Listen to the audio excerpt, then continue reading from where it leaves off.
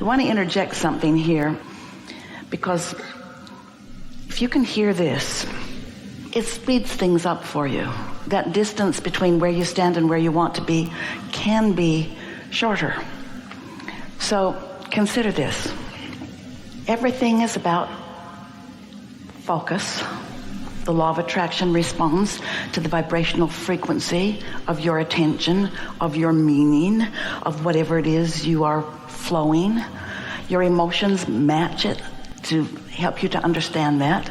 If you've been listening to us for a while, you get all of that. But this is the point that we want to make right here. Yes, when you focus and keep attention on something, it's going to come to more manifestation and more and more and more and more. Oh, we're pausing for dramatic effect because we really want you to hear this. What happens with so many of you is that you've got a thought process going, expectation that feels so normal because it's been going on so long, and people around you do the same sort of thing, and you haven't been thinking that much about the power of your own thought. You've mostly just been an observer of stuff. So you've had the fire on, and it's becoming more and more.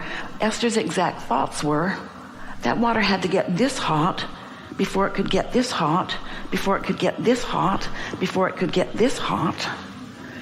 And there was something about the realization of the incremental trending, becoming more, becoming more, becoming more, that hit a place in Esther's understanding that had not been touched quite that well before.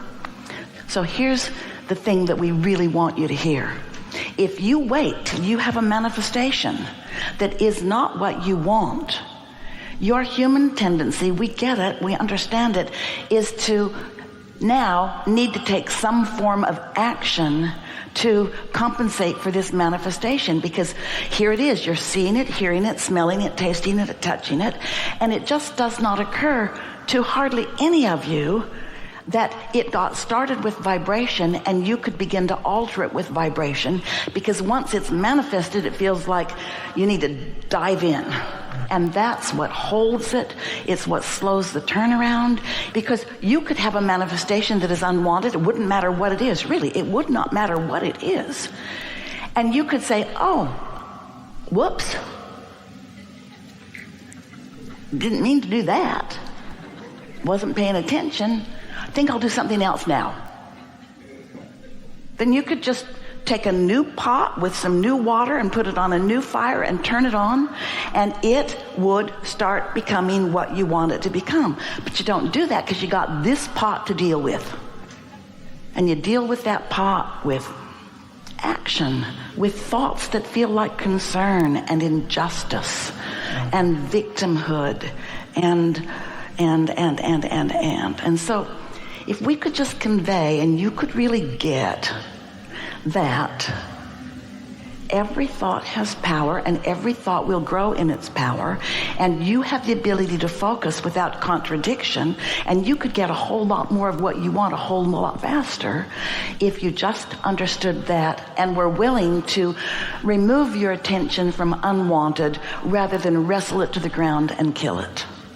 Because when you dig in, when you dive in, and you know what, the thing that you most commonly do when faced with a manifestation that you don't want, or even faced with the absence of a manifestation that you do want, you explain it to death. Because there's a part of you, here's why, here's exactly why. You know, at many levels of your being, most of them not conscious to you right now, but they could be, you came with that from non-physical into this time and space, knowing that you are good and that life is supposed to be good for you. This is bubbling at deep levels of your core, your very being.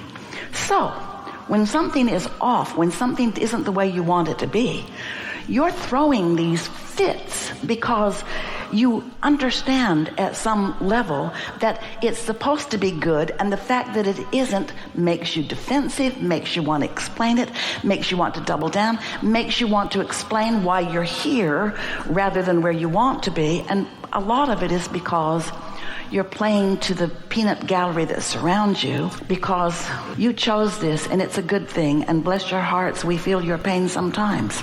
No, we never do. It's just something nice to say to people. That when you are surrounded by other people who are observing, it's true, they are having observational thoughts about you.